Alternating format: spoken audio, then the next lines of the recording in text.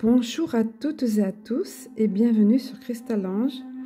Alors nous voici arrivés à la fin de nos lectures, notamment des extraits de lecture du livre de Anne Givaudan, Révélation galactique pour un monde nouveau.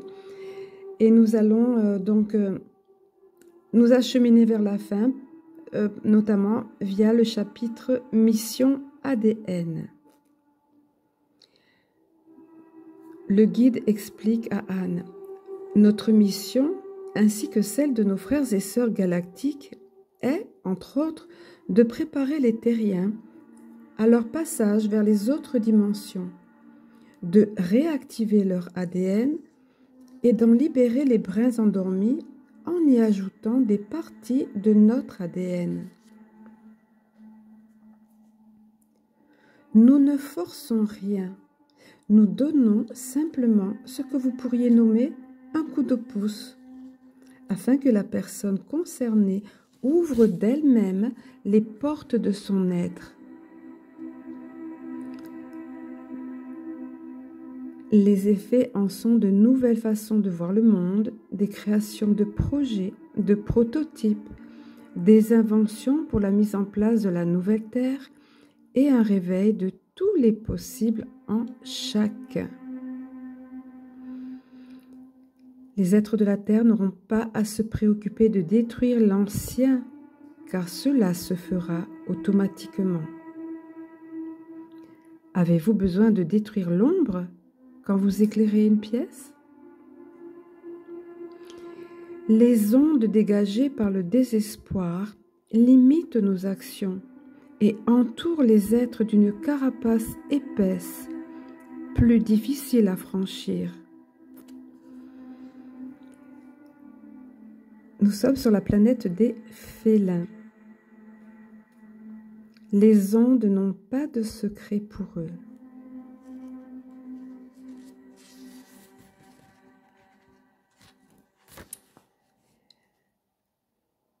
Un être très grand, très grand, à présent nous fait face.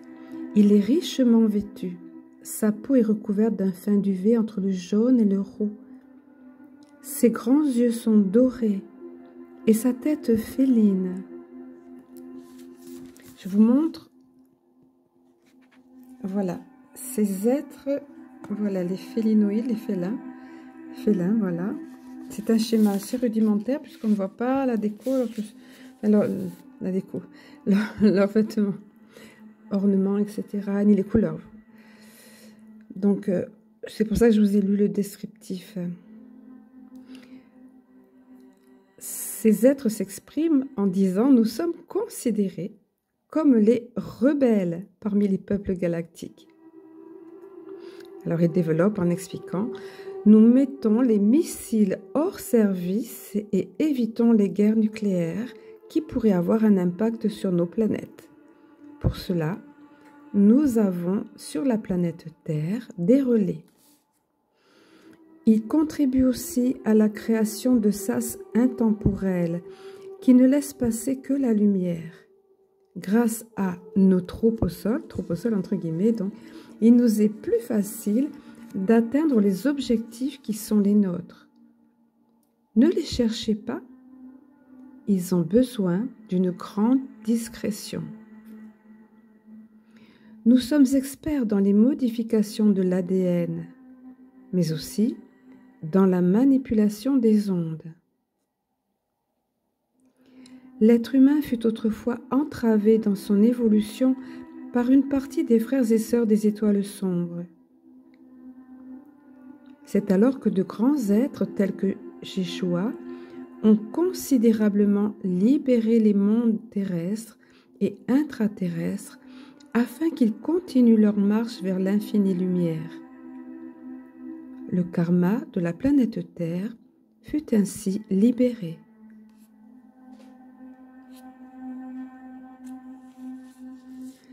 Lorsqu'un humain fait éclater les structures qui emprisonnent sa vision, c'est-à-dire lorsqu'il accepte d'aller au-delà des idées reçues, son ADN se modifie systématiquement et des brins se libèrent. À chaque pas en avant, à chaque structure qui éclate au profit d'une vision autre, les brins d'ADN bougent et se modifient favorablement. Anne discute ici avec eux et soulève une question essentielle par rapport à toutes les... C'est une petite parenthèse, vous l'avez compris de ma part, hein, par rapport à toutes les attaques des frères de la lumière sombre, si on peut dire. Hein. Et elle conclut par cette question: la plupart des résistances se demandent encore comment agir. Elle soulève cette question donc. Alors là, je continue ma petite parenthèse parce que là, le chapitre qui arrive, c'est la guerre des ondes. Il y a une belle partie, c'est une description d'un moyen de déplacement et puis une description aussi de l'endroit. Le tout, c'est absolument fascinant. Donc, je vous laisse découvrir à l'occasion et je poursuis.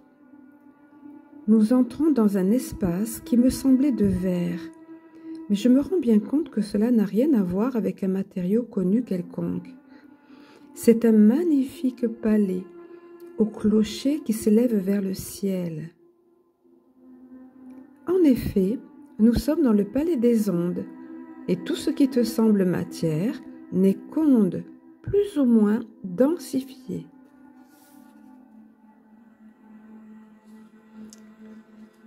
Donc ici, il y a un groupe d'humanoïdes qui lui rappellent les terriens. Je poursuis. Parmi eux, un être qui doit être leur enseignant se démarque par son physique.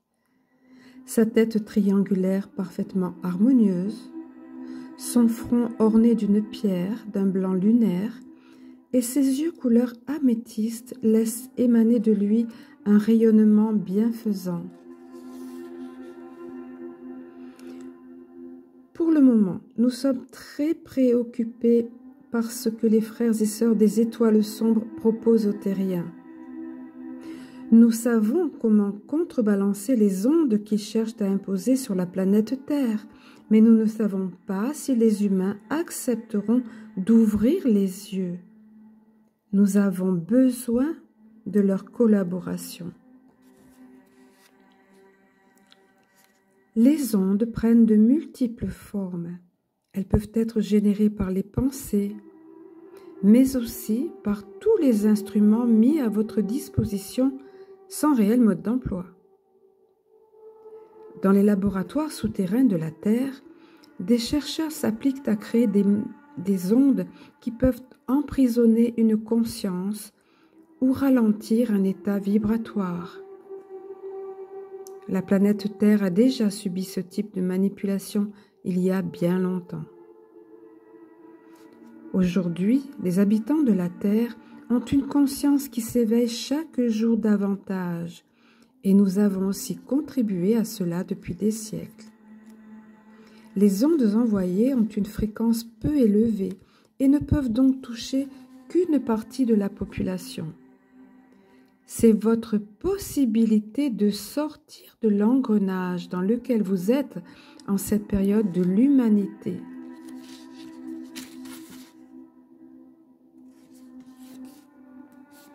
Élevez votre fréquence par vos actes, vos paroles et vos pensées et soyez sûr que quelles que soient les ondes envoyées, elles rebondiront sur vous comme sur un mur qui les renverra vers leur créateur. Nous rentrons tous quatre dans un espace sombre et vaste à la fois. Quelques secondes, donc c'est Anne qui reprend là bien sûr, hein, quelques secondes me suffisent pour que l'ombre qui m'entoure me submerge.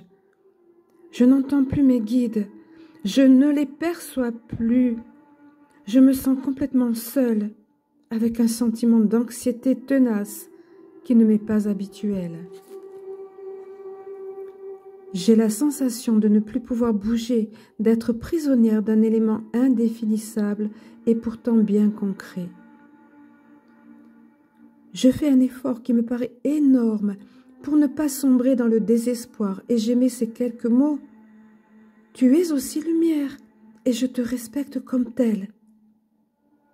Je suis épuisée, mais quelque chose en moi et autour de moi a bougé.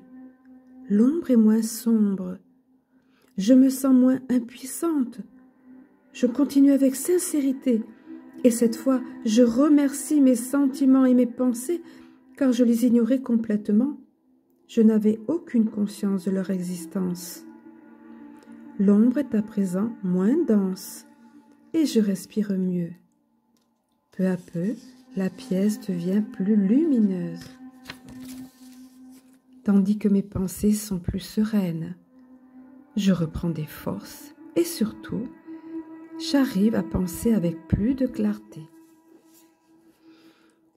Donc elle voit ces 3 guides-là, et puis elle entend la voix du grand félin. Roux, une voix chaleureuse et aimante. L'humanité n'est pas là pour combattre qui ou quoi que ce soit. Construisez, imaginez et créez le nouveau. Cassez les structures existantes. Sortez de la léthargie qui a amené cet état de fait. L'ombre sait ce qu'elle veut et là où elle veut aller, mais elle ne sait pas ce dont l'humanité est capable. Créez inlassablement par vos pensées, non pas les pensées de votre mental, mais celles de votre cœur. Tu as pu sortir des ondes envoyées pour diminuer ta fréquence grâce à ta sincérité, ton amour envers ce qui t'entoure, mais aussi envers toi.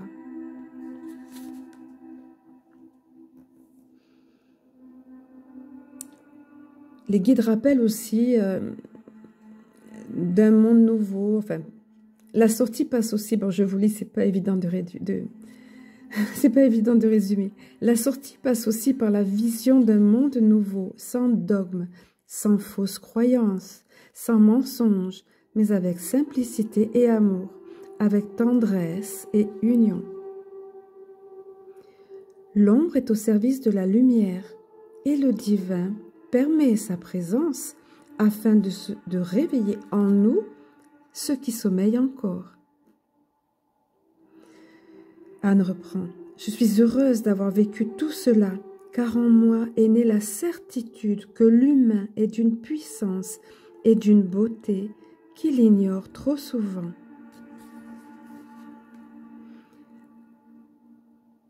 Comment se connecter au cœur?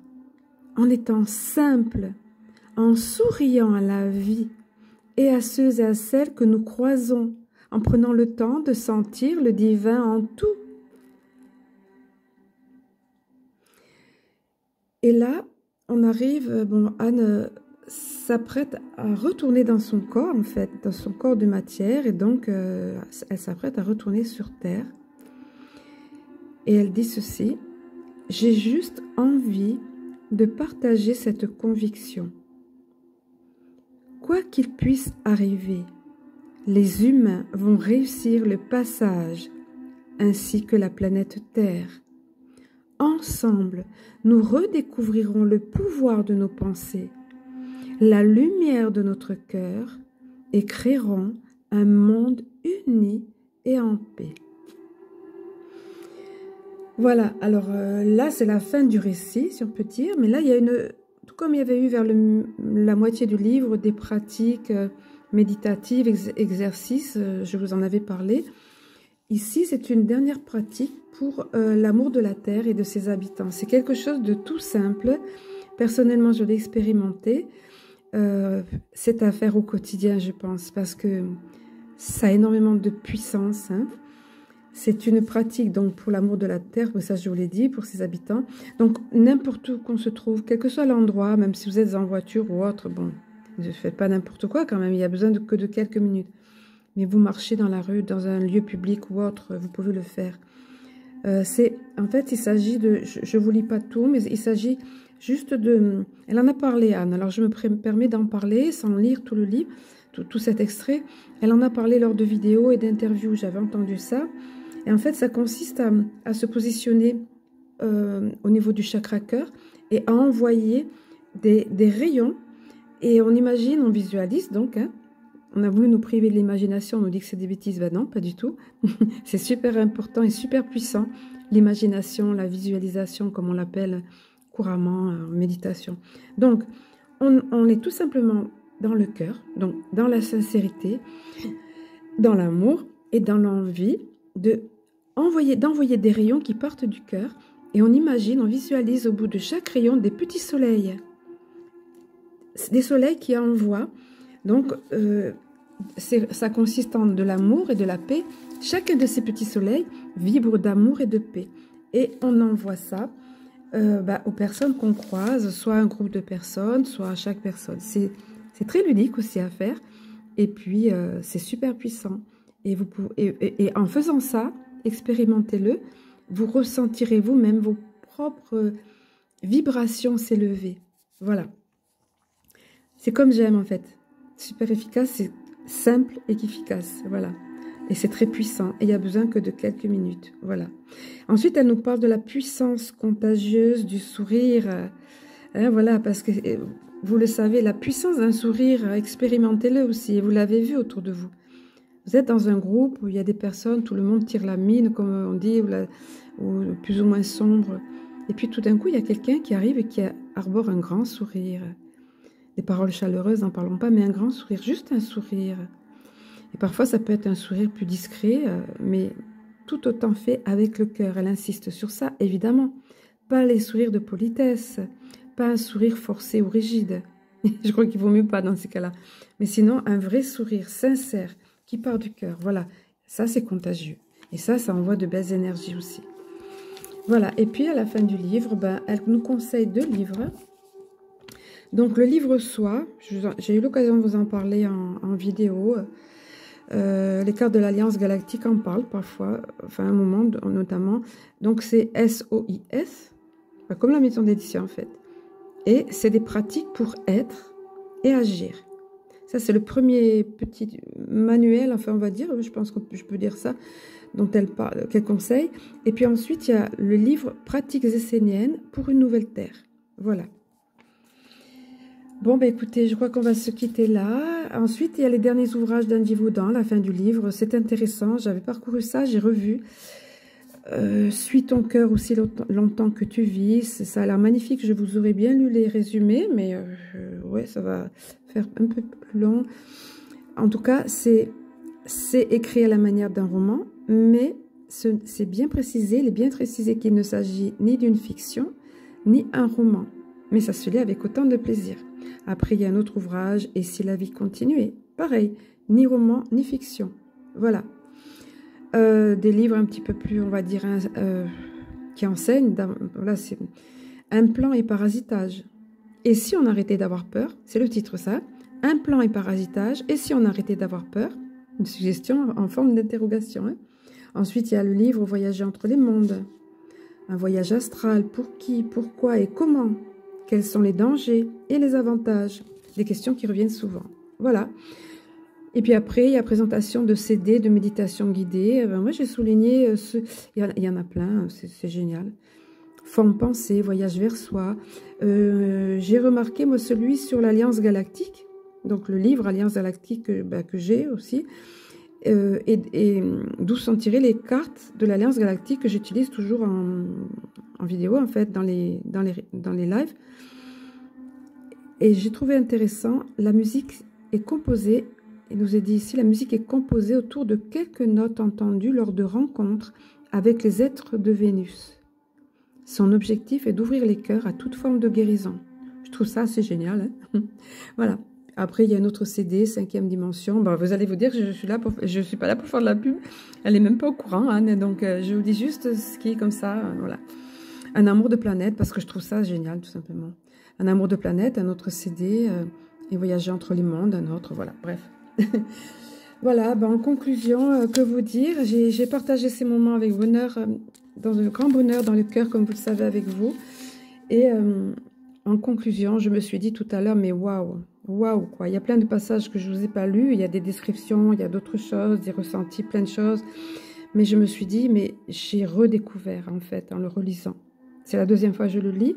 Et je pense que je vais le relire une 3e fois. Il y a des ouvrages comme ça qui sont tellement intenses et profonds est tellement vibrant et enseignant que ça appelle une relecture, voire des relectures.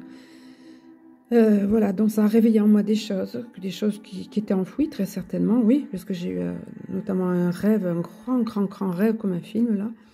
Et puis, avec des images précises. Et puis, réveiller des choses en moi, oui, que j'avais apprises, mais qui avaient besoin d'être développées, mieux comprises, mieux intégrées. Tout simplement, mieux intégrées. Et oui, ma conclusion, c'est qu'une troisième lecture ne serait pas superflue. Voilà, donc j'étais très heureuse de partager tout ça avec vous.